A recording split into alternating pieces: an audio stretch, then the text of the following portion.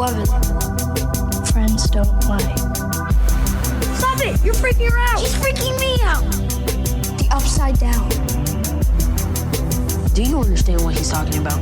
No. I found the chocolate bunny! Oh God, please tell me it's not the kid. I need to die! Mornings are for coffee and contemplation. Holy shit. Welcome back. My name is Chris. I'm Andy. And I'm Steve. And holy shit, this is streaming things. Whoa.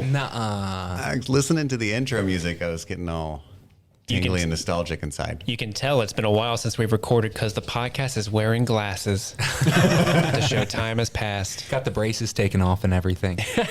I don't know why we haven't recorded. Like, literally nothing has happened in society or on a global scale that would have distracted us at all. It's a pretty dead year. It was, honestly, it went by in a flash. Pure Like, I swear to laziness. God, it That's felt what like I would it just argue. Nothing. Pure laziness. Yeah. We were just distracted by all the enormous success. Success of what? Enormous.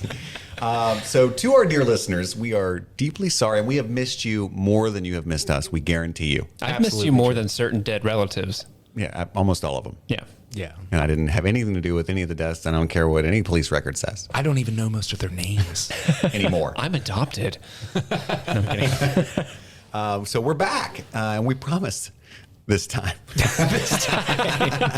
So, okay, we're just going to lay it all out there on the table like this sound blanket that we have that you can't see. I'm just now realizing before I brought up that analogy. It's a nice blanket. It is, and very, very soundproof. So we've had very large struggles. I don't know why I gave them a size. We've struggled, that's what the word I meant, with keeping the show going beyond the scope of the Stranger Things show. That's what we do best. We got the Eggos, we got the chocolate puddings, we got Modine impersonations. Harley Quinn there. Puddings, all that. Pudding. And we're really good at that. And we try to, journey into other things. Westworld, Game of Thrones, Altered Carbon, briefly, I think, like Batman v Superman or something. Black Mirror. That was, I thought, a good idea. Not only does our listenership go down slightly, which is to be expected, but our motivation does as well. But we believe very strongly that we have hammered down a schedule, if you will, because I know we have listeners in other parts of the world that we can be able to stick to. A schedule. A schedule. I don't remember. Is that the ye old English version of? Well, we've got Canadian listeners. Isn't that how they say it? In Canada, email us and let us know, how do you pronounce schedule? I'm almost positive it's schedule. What's a schedule about? So you can look forward to this. So, Steve, why don't you lay out the schedule on them? Oh, God. So the schedule, what we kind of have, we've settled down on. The schedule, pardon me. The schedule we have decided moving forward is that you guys will have a new episode of Streaming Things to look forward to in your RSS feeds every single week on Monday. What time on Monday? We joked about this. I don't know if this is 100% doable, but we always joked about on 3:16 a.m. Hell yeah. There's going to be a new episode of Streaming Things. So get your podcast feeds on and listen to that's a Stone Cold Steve Austin 3:16 joke. Solid impression, dude. Thanks. Thanks, brother. Yeah, don't listen to the Steve Austin podcast. Just listen to this show where Steve May impersonates Steve Austin. Steve may do that impersonation frequently. Maybe, if you're lucky. Nice. Will it be added to the Matthew Modine, Dr. Brenner lexicon of Steve's impersonation? Who One knows? only has to listen to find out. Okay, so that's going to be every single Monday starting now. Today is January the 18th when you're listening to this, which is, I believe, a Monday, unless COVID-19 has scraped away all reckoning of a calendar. And you can be excited that the following Monday, you're going to have a new episode. We have, like I said, it's been tough. So just a little bit, why? Why has it been so hard for you guys to record consistently? We love you guys. What the fuck? You've betrayed us. Sometimes you say binge and nerd afterwards. Sometimes you don't. Like, you don't even know what your fucking name is. I'm cursing. And I'm like, listener, stop cursing. I get it. I get your frustration. So I went through, and I think I've told you this before, deep personal upheaval right around the 2017 mark, I think. Yeah. Which was not long after the show was born, unfortunately. And we kept it going. So I split up with my fiance and my child's mother. I moved homes multiple times. Steve and Andy were very gracious and met me wherever the heck in the world I was. And we kept trying to keep it going. You're welcome. It is. Thank you. Thank you. Some of those houses I was in were quite sordid, even, I must say. I had like roommates and shit again. Not that to knock people that have roommates, Sordid but as like, fuck, bro. Ew, you had roommates? that's not what I meant. I just meant, you were there, Steve. You were being very nice about it, though. Tiny little apartment. Anyway, it's fine now. So now I own a home. I've been able to purchase that. I switched jobs a few times. I may again, by the way, but don't worry, it's by choice this time. Andy's buying a house. Yeah. Steve has bought a house. Like We're in it. we're in the shit. We're in We're that on the house grid right now. Oh, that's true. That's what you meant literally. We're in the I house. thought you meant like figuratively, like we're in it. We're on like the train of life. The podcast is coming from inside the house. So that was the biggest reason. I'll take the spearhead of that, like just me crumbling. But also then as soon as we started to gear up and things were settling down, this little thing called coronavirus hit the world. Mm-hmm. And we've all been quite distracted throughout all of 2020 with that. And here we are. Yeah, obviously we were planning on doing a major reboot of the show right before we kind of went off the airways. I don't even think I was on the last couple of episodes due to my... You weren't on the last one. Yeah, the last one was, That just was just Andy and I getting drunk talking about the Dark Crystal. Which isn't bad. No, you know? I mean, I had a good time. Just creaming it. It's like one of the best episodes we've ever done. It's legendary. Like 30 years from now, when people are listening to old, records of us on vinyl, there's going to be one guy that has like this Just Creamin' It album, the single, the B-sides and rarities, and that's going to have the most value. It's going to sell in the black market for a ton. I don't know if the listener truly appreciates the drama that was the title, Just Creamin' It. Just between, like, because we were trying to figure out what should we call this title, the previous episode, and I'm like, let's just call it Just Creamin' It, because that was something that I think, Andy, you said? I don't remember. One of us said it in the episode, and I thought it would be a funny title, and there was like, no, that's inappropriate, no, and I'm like, I'm going to make it anyway. And so now but then not intending that to be our last episode for like a year and a half. So like it's become this like, yeah, we named that episode. We can't go out on Just Creamin' It, guys. Come on, let's. It's been an inside joke that just hasn't been able to die just because of the title, honestly. Right. we had to defend ourselves and come back and record something someday just so Just Creamin' It wouldn't be the last thing that we did. Can't let that be the tombstone. Right. And we would get an email every now and then from a new listener and just be so elated, like, oh, that's so nice, that's so great, we're still going. And then somewhere, Andy and I would call each other and it would creep in the back of our minds, and I'd be like, oh, bro, it's Just Creamin' It's the last thing. Have they gotten to it yet? Oh, God. Or did they start there? Is it fine? Like, Andy's like, should we delete it? And I'm like, I mean, no. But yeah, like that was obviously our last episode. Several things happened around that time where we just couldn't get back together because we did have really ambitious plans. And to be frank, they probably were overly ambitious for what we were able to do at the time, obviously. Clearly. Just because we really wanted to do all these things with video and streaming and just because our personal schedules just at that time, even before COVID, kind of went crazy where we couldn't even see each other that often to begin with. So it was just kind of this thing like, hey, we'll get to it. And when we get to it, it's going to be baller. It's going to be big. It's going to be huge. But then the world ended, and that put like a major hold on everything in society, let alone our dumb little podcast about streaming. Yeah. It's kind of insane to think about how fucked everything was before coronavirus. Yeah, dude, do you remember the last season of Game of Thrones? Honestly, I blame that more than anything for the death of this podcast. That caused everything that we are now dealing with. The double D's caused our double downfall. It was the harbinger of 2020. That's all I'm saying. For sure.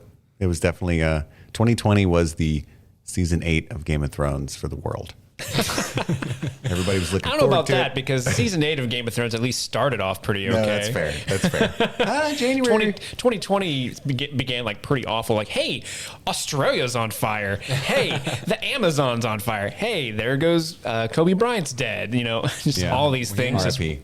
like right after another. Which kind of has me curious. Chris, you said this when you walked in. You saw Sam, my wife, and you asked her, "So how's your apocalypse going?" Right. So I want to flip that question to you, Chris. How is your apocalypse going? How did especially the beginning of 2020 affect you? And like just because I don't think we've talked about it. No, we honestly haven't. Not well, but also surprisingly well at the same time. So, dear listener, and obviously I want to preface it with this whole episode, if you're new to the show, I'm sorry. we're totally talking to our people that have been listening to us for a long time, and we're so grateful for them and new listeners. Both but of them. this is not really the show, but we felt like we owed everyone somewhat of an apology, an explanation, and just to kind of touch base, because people that like us know that we unapologetically ourselves, for good or for ill. One Apple podcast reviewer said it best: don't know much about movies or music and slightly misogynistic, but lovable. And I'm like, okay. 4 stars. And I'm like, I thought that's the only 2 things I knew a little bit about. Super hurtful. The misogyny I expected, but damn you. Sophomoric misogyny. Oh, okay. I'm there gonna you make go. sure that Well, sophomoric is in there. that softens the blow. It does. 'Cause that means that he knows it's not sincere. It's just to be funny, which is fair. We hope. So my apocalypse. So it's weird. I'm very blessed to still have a job. Like I said, I bought a home in September of 2019. I've afforded the mortgage every single month. I have not gone hungry. None of the people, most near and dear to me have, caught the virus, which we had a really big scare for a while because my son's grandpa has pancreatic cancer. So it was obviously terrifying that he might catch it. And it's been very stressful because I work in a job that's, I'm unable to do remotely, and I'm always live in constant fear of bringing it home. But that has not happened. I'm getting married in February, a very small COVID safe affair, but that's neither here nor there. But obviously that's good. We got engaged in quarantine, and it was really neat because, I'd read a lot about, a lot of relationships being really stressed by the quarantine. And we did like full on, didn't leave the house, for, very, very long time, even work for a while. But we grew closer together, and I actually proposed to her in the quarantine, and I thought that was really romantic. And like In your guys' place? yeah, Like in the quarantine house? Okay. yeah, super romantic in the dining room. Hey. Hey, took you to this sweet spot over here. But yeah, I just Now that the world's ending. we might as well do it. But I thought that was neat. Like, you know what? Everybody else is driving each other crazy, and I am more sure than ever that I want to spend my life with you. So that's wonderful. But at the same time, obviously, the whole world, it's new crazy shit happening every single day. I mean, as we're recording this, it's like, what, a week after they, we're in America. They stormed the Capitol. Yeah, it's like a week and some change. Right. I mean, it's always just some constant, insane nonsense. And a little personal note, too. I mean, I have a job that I'm grateful for, but I also really crushes my soul. Mm-hmm. And that's what took me away from the podcasting and my writing and stuff for so long. And it takes a lot of hours. I'm in sales, so you already know if you're in that area what that's like. I work with a lot of really good people, but that are also, much further right politically than I am. And, they love sports a lot. It's just, I'm not really that kind of guy, right? So it's just, it feels like I'm spending a lot of time being someone I'm not. And so that's really dragging me down. And Andy knows I'm thinking constantly about just quitting. Right. And he's like, I mean, as your friend, you're literally like about to get married. You just bought a house. Yeah. And your job is to quit your job. Your idea is to quit your job to spend more time doing a bunch of shit that has to date paid you $0, And I'm like, yeah, man, because you got to fucking do it or don't do it, man. He's like, you have a child. And I'm like, Don't tell me what I can and can't do, Mom. my child wants me to live my dreams, Andy. And I think he does. I just tell you with love, buddy. You're probably right, but it bothers me. So that's the biggest thing that I'm going through, which sounds so small. There's people like fucking going through crazy shit. And I'm like, I hate my career. So there's a lot of privilege there for sure. But that's how mine's been. I mean, I'm very blessed. It's been, and I tell you what, I'll end with this. So in late March, when it all first started in this area, I caught a fever of like 102. So I stayed home for like well over a month on doctor's orders and blah, blah, blah, blah. And then I have to be honest, and this is kind of terrible, that was by far the best month of my 2020.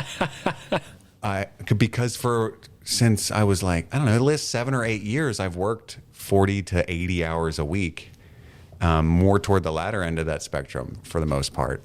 And when I am off, I've got all kinds of errands to run and other shit to do. And if I do spend any time, binging movies or like, playing video games, which I always make time for, it's always with a slight tinge of guilt that I should be doing something else. Whereas that never goes away. In the quarantine, but it was gone. Yeah, true. It was gone. I'm literally not allowed to do anything else. In fact, for the betterment of society that I do not. And I'm like, fuck yeah. Serve your country. I will say, I'm going to serve my nation and binge all of The Witcher again. You're welcome, America. It was amazing. It's so stress-free. Groceries can be delivered to your door. Did you guys know this? They get it didn't know super wrong most of the Doesn't time. matter. They And it's so bad. They're like, you wanted bagel bites. We subbed it out for tampons. And it's like, so I'm just fucking eating tampons, You can't watching put The those Witcher. in the oven. Do they soak up a lot of milk? They do. You can dunk them for days. Yeah, sorry. Andy, how's your apocalypse been? So good, great in a lot of ways, and horrific in others. Steve asked about, especially early on, how's 2020 treated you? So I lost somebody super duper close to me right at the start of 2020. And that was extremely hard, and it was unexpected and terrible the way that it happened. And so I was at her funeral the day Kobe Bryant died, and I was like, well, honestly, Kobe Bryant I don't care that much about, but I was like, this is weird, this bad start to the year, you know what I mean? And early on in the year, everybody is kind of reflective about what's been going on, and so you're like, let's get off to a good start. And so you kind of have that somewhere in the back of your head, no, this is not how I thought the year was going to go. You know what I mean? Mm-hmm. And obviously that's not what's going through my head. I'm standing there bawling my eyes out at the funeral and stuff. I'm not like, this isn't how the year I thought it was going to go. But reflectively, eventually you kind of start to internalize those kind of things. So very, very, very rough start to my 2020, and took couple months, honestly, to kind of turn around a little bit and start to get back to a kind of normal. And so I started getting and so then that's when the pandemic happened, obviously. And so then when at a time when I really need to be around people and friends and stuff, I kind of can't anymore. Mm-hmm. So that was tough at first. And then I sort of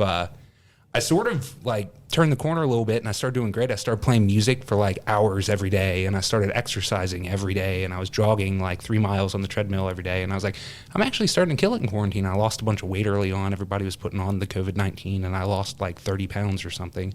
And I was like, I'm actually killing it. This is okay. I'm starting to feel better. And then I had this horrific fucking accident where it was the day that I hit a weight loss goal in April. Oh, yeah. Early in April. And the day I hit this weight loss goal, I got on the treadmill and I was like, I'm going to keep going. And at 3 minutes into a jog, I felt my shoelace come inside, and I looked down, and it was like it happened in slow-mo. I watched myself step on my shoelace and just ate shit, dude. Something you see out of a movie. I just flopped forward and slammed into the treadmill and got thrown off the back, and I'm being dragged by the thing because I don't wear the belt. Nobody does. You should. There's a belt? Well, there's a thing that you're supposed to clip onto your waist. It's a safety clip. When it'll turn off the treadmill if that happens, and I wasn't wearing it, so I'm getting rubbed by the thing at the bottom. Oh, shit. And I horrifically broke my finger. It bent sideways, and I shattered the knuckle into 8 or 9 pieces, and the middle bone got split down the middle. And so then I had to have surgery. So I go to the doctor, right, and I went to an urgent care thing, and so the first guy comes in after the X-rays.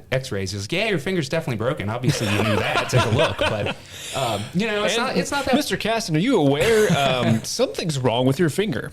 Right. So We're not sure what.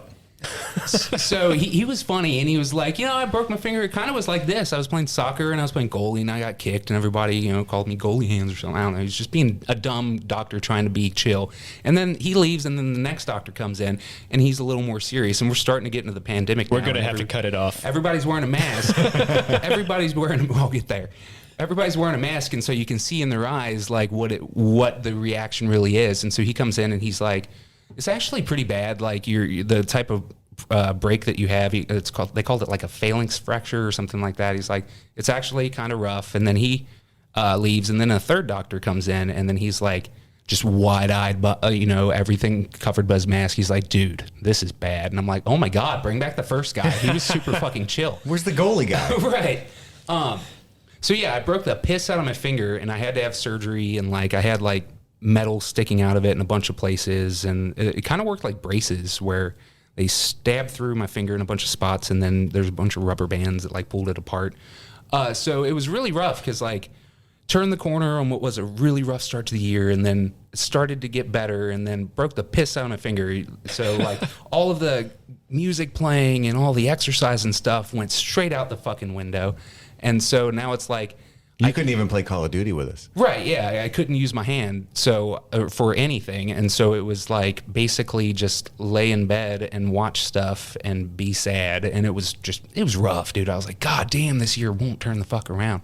And they were saying like, I'm not going to be able to play music anymore. And to the listeners, I've played music most of my life. Like at this point, over half my life. I play guitar now for something like almost 20 years. And so it was a really big fucking deal when they were saying that I might not be able to play again. And so I was thinking like, it wasn't that I was never going to play again, but it's like I'm going to have to relearn left-handed, and it's not like you forget the theory, but you don't have the muscle memory anymore. It would have sucked.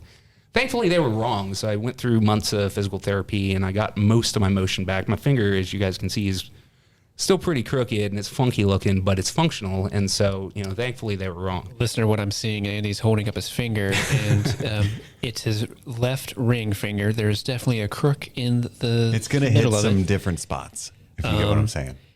It's a little sideways, but it works. But point being, I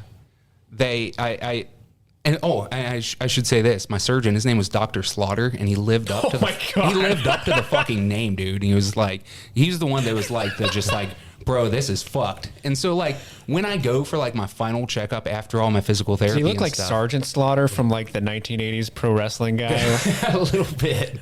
So he, when I go to visit him, like at the end where it's like I went through all the physical therapy and stuff and like managed to get back like way more mobility than they thought I was going to get. They were thinking like 20 to 30%. I have like 95% mobility back. Like it works. And when I went for my follow-up, Dr. Slaughter sees my finger and he's like, oh, holy shit, that's awesome. It's like the first time he's ever shown emotion. I thought he lives up to his name. He's a fucking serial killer. And he's like, that's amazing. Honestly, probably eventually the pain's going to get too bad and we're either going to have to fuse the knuckle or take the finger off. But that's good for you, buddy. And it's like, wait, whoa, what? Take what off? Right, yeah. He's like, basically like, all that progress you made probably isn't going to matter for shit. But honestly, so far they've been wrong. My finger feels fine. It looks funky. It hurts sometimes when it's cold. But I can play music now just as much. Honestly, I'm playing more now than I was before. So the end of the horrific year has actually been great for me. Now I'm playing music more than I ever have. I got back into fitness and stuff again. First time I got on the treadmill, I'm like shaking and stuff, honestly, but I'm doing fine. Like I'm able to exercise and stuff now. Now I'm buying a house, and otherwise, like the tail end of and Trump lost the election. God damn, the end of the year like really turned it around. He lost it like 47 times. Dude, I know. Yeah, he's still losing it. You're right. So honestly, like it was a great. It was the complete opposite of Game of Thrones. It was a great finale to a horrific series. So, that's Steve, fair. How was 2020 for you? Oh gosh, I feel bad following up you guys. So my year, I don't have any specific. I didn't break my finger. I didn't. I didn't get engaged, or like nothing really big Nothing happened terrible this year. happened to you. It sounds so small. You broke your finger. It was a big deal to me, guys. Dude, I mean, you had to go into a room and trust your life to a man named Sergeant Slaughter. Okay, that's Not only that, but I mean, Andy's parents are in their 70s, and he had to frequently enter medical facilities during the height of what is still the height, but even during most of the pandemic. What we right? thought was the height. Right. yeah. Well, so in the way that COVID has directly affected me, so I work for a video production company. Obviously, we do a lot of work out and about, and it was like, I remember the week of when everything shut down, like the first day when it was like, okay, we're shutting everything down. We were literally on a shoot with a client, and the night before. They hadn't shut anything down yet, but the night before they had called like at 9 o'clock at night and were like, we don't want to do this anymore. It's not safe. And my boss at the time was like, well, then we're charging you full price. So we went in and we were there and we filmed. And like, while we were in this, I'm not going to say where we were, but while we were at this business filming this stuff for them, that's when the news came out, like, we're shutting everything down. So like, we literally, what was supposed to be like a 9-hour shoot was, scrunched down to a 3-hour shoot. Oh, damn. And then for the next maybe month and a half, I was worried that I wasn't going to have a job because obviously no one's doing anything. Hollywood is still suffering from this right now. And, those are way more important markets than ours. Fortunately for me, I'm incredibly blessed. I'm incredibly lucky in my situation because our company was able to pivot from before, where we exclusively did like commercials and promo videos and documentary work. We pivoted to more live streaming work, where we got a contract with the local county government, and we would like live stream their COVID press briefings. We got work with a major local hospital, UC Health, and we did a lot of COVID videos for them and all sorts of stuff. So luckily we were able to kind of pivot and do this work that was important, that was like these agencies that were communicating to the public, like, hey, this is what we're doing for COVID. And we were able to kind of pivot ourselves into that position so we didn't lose anything. That's dope. They were able to basically make COVID-19 their business at that point. Like, I don't want it to sound opportunistic. That came out wrong, but you know what I mean? Yeah, you were able to pivot in a way that, like, you were able to maintain a steady workflow and deal with the circumstances. And the shitty thing is like, a lot of my friends are in this industry, and almost all of them were they did not work from like March to September. Right. Like at all. They had no work at all. Or they had to, pick up some other side jobs that maybe they necessarily didn't want at like a grocery store, which is, there's nothing wrong with that. That's amazing to do. But if that's not your field that you're in, you don't necessarily want to like go into anything else. Mm-hmm. And we were really fortunate in that case. And like another aspect of how fortunate we were is like that opened up a lot of really cool experiences that like I never would have had. So I was able to, we filmed all of the high school graduations this year for the entire district. And that involved like drive-through graduations. Mm-hmm. And dude, I wish my high school graduation was a drive-through graduation, because that looks like so much goddamn fun. And like, it was just neat to see. It was really heartwarming throughout all of this to see so many people take such a shitty situation that is the pandemic, and watching people kind of really be creative and come up with these ways to like still connect as people, but in a safe manner. The drive-through graduation is an example of that, but also like I saw them build like they took the convention center downtown and they made that into a giant medical wing, just in case the pandemic got so bad that the hospitals got overfilled, they would throw people into that convention center. I didn't know that. Luckily that never happened.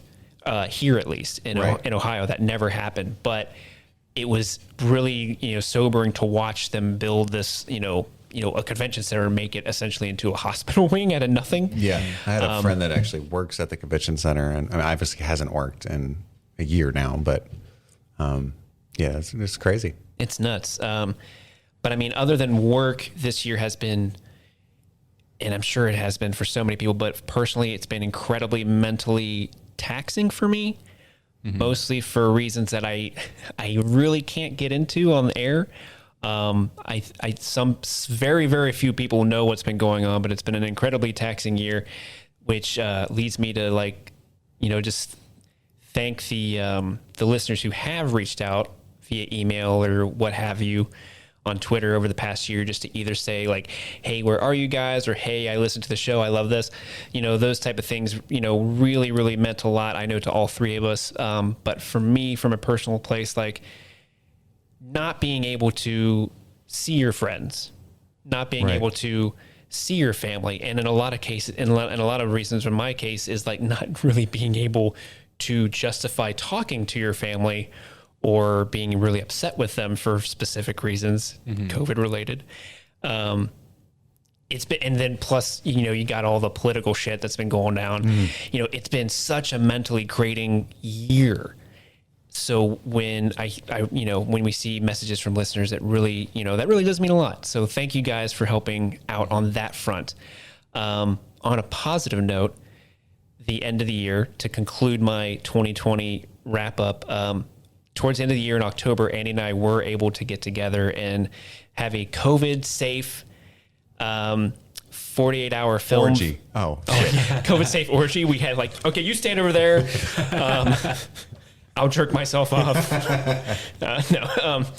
No, we were able to have a COVID safe set and actually take part in a 48-hour film festival. Yeah, buddy. Where you have 48 hours to write, direct, produce, and just make a film. And it's chaos. You guys did a really good job.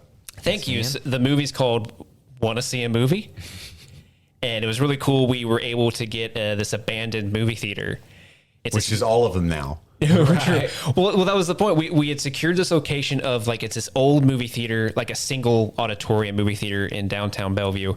And we secured this location beforehand. We drew the genre dark comedy, and we were like, we have to make this, of the time. So the movie's basically about a movie theater owner and his son who are desperate for anyone to come see movies again. So they abduct this couple. We're playing Tenet.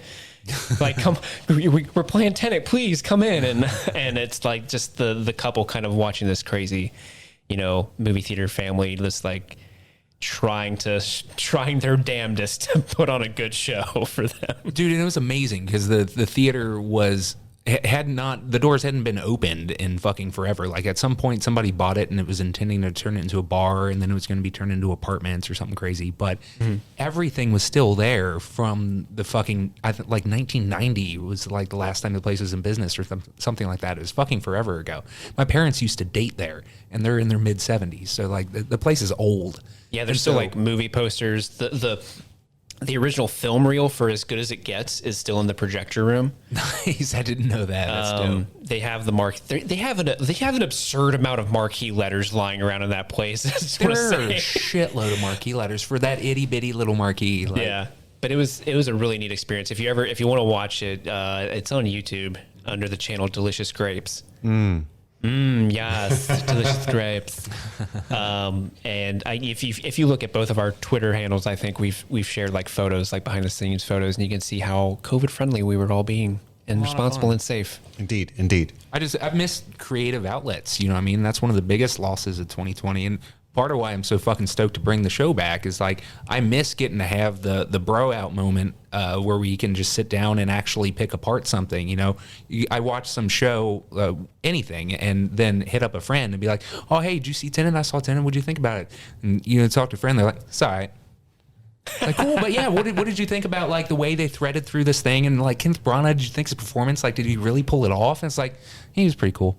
It's come on, man, engage, and you don't get that enough. And so being able to do that with you guys again, or at least get to start to do that with you guys, I'm fucking excited. Oh yeah, I cannot stress to you guys how bananas I was going last year, because I was desperate to talk to somebody about Watchmen, and there was no one I knew who watched it. Oh, so good. And I just needed to talk to someone. You should have called me or tweeted. We could have twatted together. Is that what it? Shot my twat towards you. Yeah. Come on, man. I know. I'm so not to just hammer it home, listeners that are still around. yeah, I mean, I'm just beyond over the moon. I've been starved. I started writing a blog on medium.com at the end of 2019, actually. And did that for, many months and was very happy. Started to pick up some things, and then just pandemic. And you would think I'd had all that free time, quote unquote, to start blogging. But dude, it just crushed me. I had no ideas. Like, I was unable to move or do anything. Obviously, I haven't made a film with you guys in forever, so I've just been so fucking starved and sucking the corporate dick. It's driving me insane.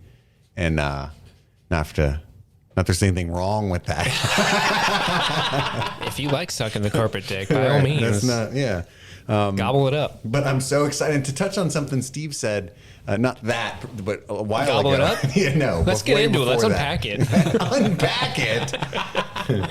When you were talking about the emails and the tweets that come in sporadically when they do, I cannot tell you how much it moves my soul to hear from you listeners. And I know that sounds super corny, but for instance, I can remember vividly in like early 2018 when I was at that shitty roach-infested apartment after I had lost my house and stuff.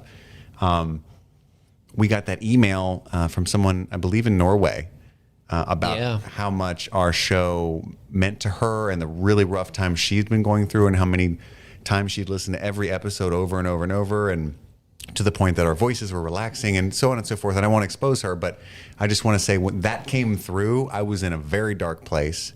And I was like, holy shit, one tiny thing that I did meant something to someone. I got to keep going because, without any feedback, it's just like, I'm just a nobody. I don't even know why I try. And then you're somebody to me, Chris. I know. And then it got darker again, in the middle of this pandemic. I'm really thinking I'm never going to create anything of value. I'm just going to keep plugging along and stacking my 401 fucking K. And that I'm actually should be grateful to do because so many people are struggling with that. You know what I mean? And that's like depressing me more that like I should be happy about the shit that I'm eating. It's just, it should be delicious. Some people don't get shit. Please, sir, I want some more. More shit, sir. More shit, please. And then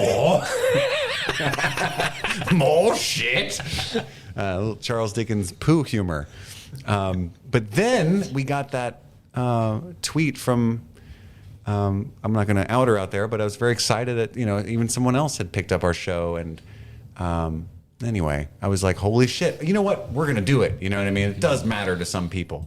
So if you're out there listening and you've ever just thought about emailing us or tweeting at us or, that's dumb and petty, please do it. It makes us so happy, at least for me personally. Yeah, we love the engagement. Like, just feel free to send in any messages to ask us a question because, moving forward, maybe we should use this as a good point to transition to what we're going to be doing moving forward.